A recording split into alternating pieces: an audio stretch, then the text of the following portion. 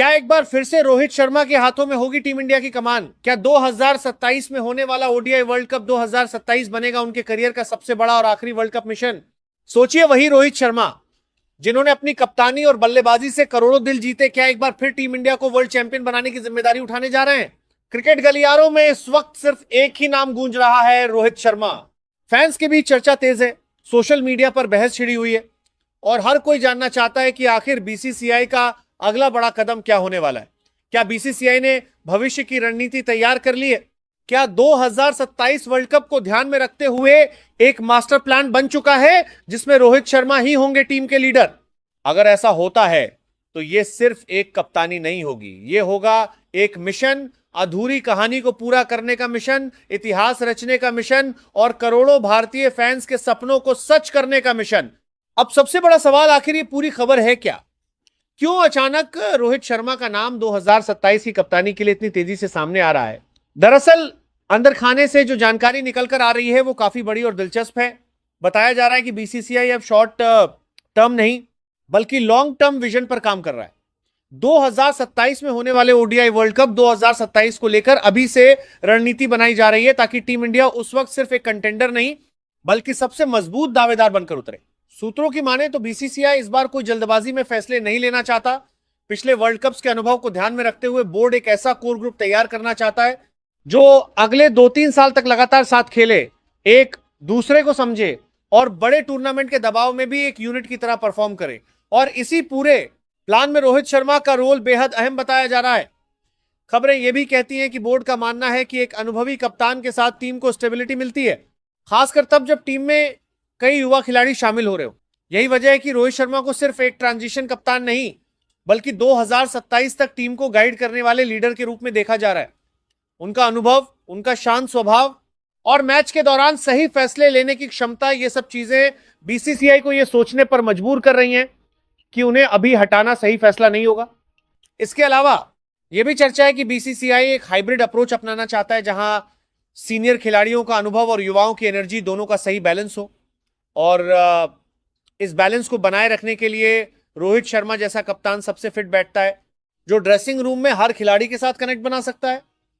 कुछ रिपोर्ट्स में यह भी सामने आया है कि बोर्ड मैनेजमेंट और सिलेक्टर्स के बीच कई राउंड की बातचीत हो चुकी है जिसमें टीम के भविष्य को लेकर गहराई से चर्चा की गई है। इसमें यह बात बार बार उठी कि टीम को एक स्थिर लीडरशिप की जरूरत है ताकि बार बार कप्तान बदलने से जो अनिश्चितता पैदा होती है उससे बचा जा सके।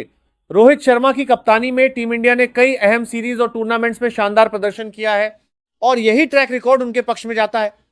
बड़े मंच पर उनका अनुभव बीसीसीआई के लिए सबसे बड़ा प्लस पॉइंट माना जा रहा है। हालांकि अभी तक इस पूरे मामले पर कोई आधिकारिक ऐलान नहीं किया गया है, लेकिन जिस तरह से अंदर की खबरें सामने आ रही हैं उससे इतना तो साफ है कि बीसीसीआई इस विकल्प पर गंभीरता से विचार कर रहा है। अब देखना यह होगा कि आने वाले समय में क्या सच में रोहित शर्मा को 2027 तक कप्तानी की जिम्मेदारी दी जाती है या फिर कोई नया चेहरा सामने आता है। लेकिन फिलहाल जो संकेत मिल रहे हैं वो यही बता रहे हैं कि बीसीसीआई एक बड़ा और दूरगामी फैसला लेने की तैयारी में है और अगर सब कुछ प्लान के मुताबिक चलता है तो 2027 वर्ल्ड कप में टीम इंडिया की कमान एक बार फिर रोहित शर्मा के हाथों में हो सकती है।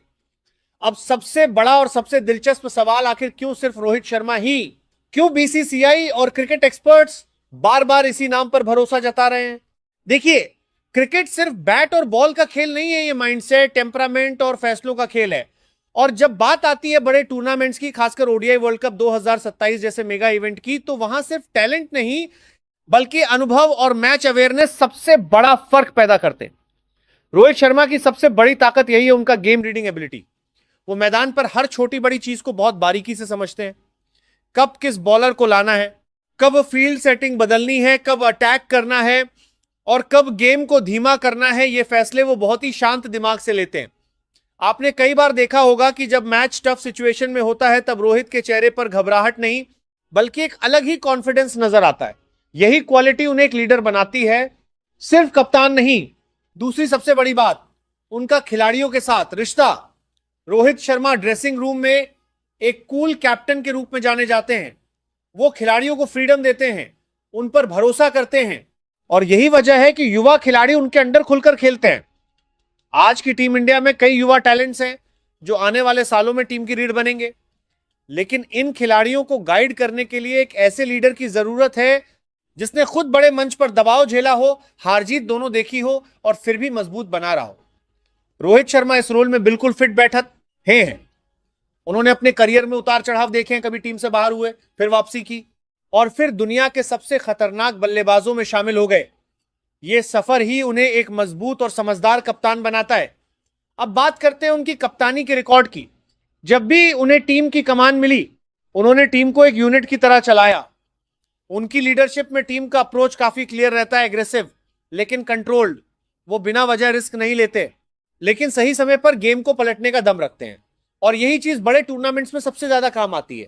वर्ल्ड कप जैसे टूर्नामेंट में हर मैच एक प्रेशर मैच होता है। वहां आपको ऐसे कप्तान की जरूरत होती है जो ना सिर्फ खुद पर कंट्रोल रखे बल्कि पूरी टीम को भी प्रेशर से बाहर रख सके। इसके अलावा रोहित शर्मा की सबसे खास बात है उनका बिग मैच टेम्परामेंट।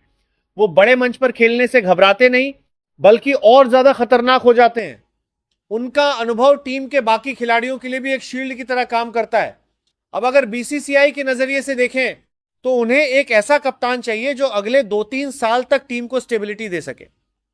बार बार कप्तान बदलने से टीम का बैलेंस बिगड़ता है और यही गलती बोर्ड दोहराना नहीं चाहता। रोहित शर्मा इस मामले में एक सेफ और मजबूत ऑप्शन है। वो पहले से टीम के साथ सेट है, खिलाड़ियों को समझते हैं और टीम के माहौल को पॉजिटिव बनाए रखते हैं। कुछ क्रिकेट एक्सपर्ट्स का यह भी मानना है कि अगर रोहित को 2027 तक कप्तानी दी जाती है तो वो एक क्लियर रोड मैप के साथ टीम को तैयार कर सकते हैं, जहां हर खिलाड़ी को अपना रोल पता होगा और टीम एक फिक्स प्लान के साथ मैदान में उतरेगी। और सबसे इमोशनल एंगल अधूरी कहानी, हर फैन के दिल में कहीं ना कहीं यह ख्वाहिश है कि रोहित शर्मा एक बार टीम इंडिया को ओडी वर्ल्ड कप जिताए। अगर उन्हें 2027 तक कप्तानी मिलती है तो यह उनके लिए सिर्फ एक मौका नहीं बल्कि एक मिशन होगा उस सपने को पूरा करने का जो करोड़ों फैंस ने देखा है।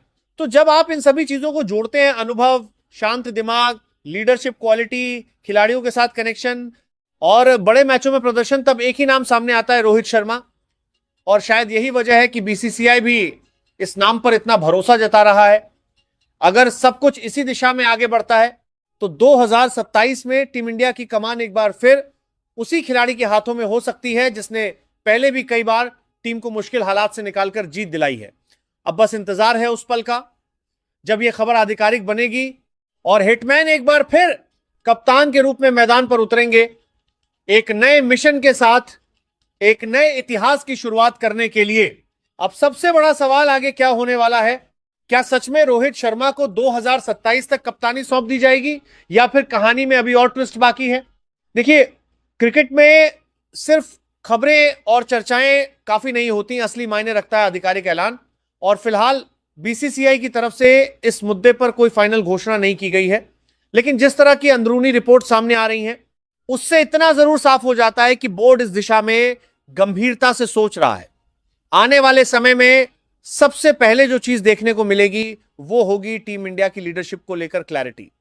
क्या बीसीसीआई एक लंबी अवधि के लिए कप्तान घोषित करेगा या फिर सीरीज टू सीरीज अप्रोच जारी रखेगा? यह फैसला काफी अहम होने वाला है क्योंकि यही तय करेगा कि टीम 2027 के ओडीआई वर्ल्ड कप 2027 के लिए किस दिशा में आगे बढ़ेगी।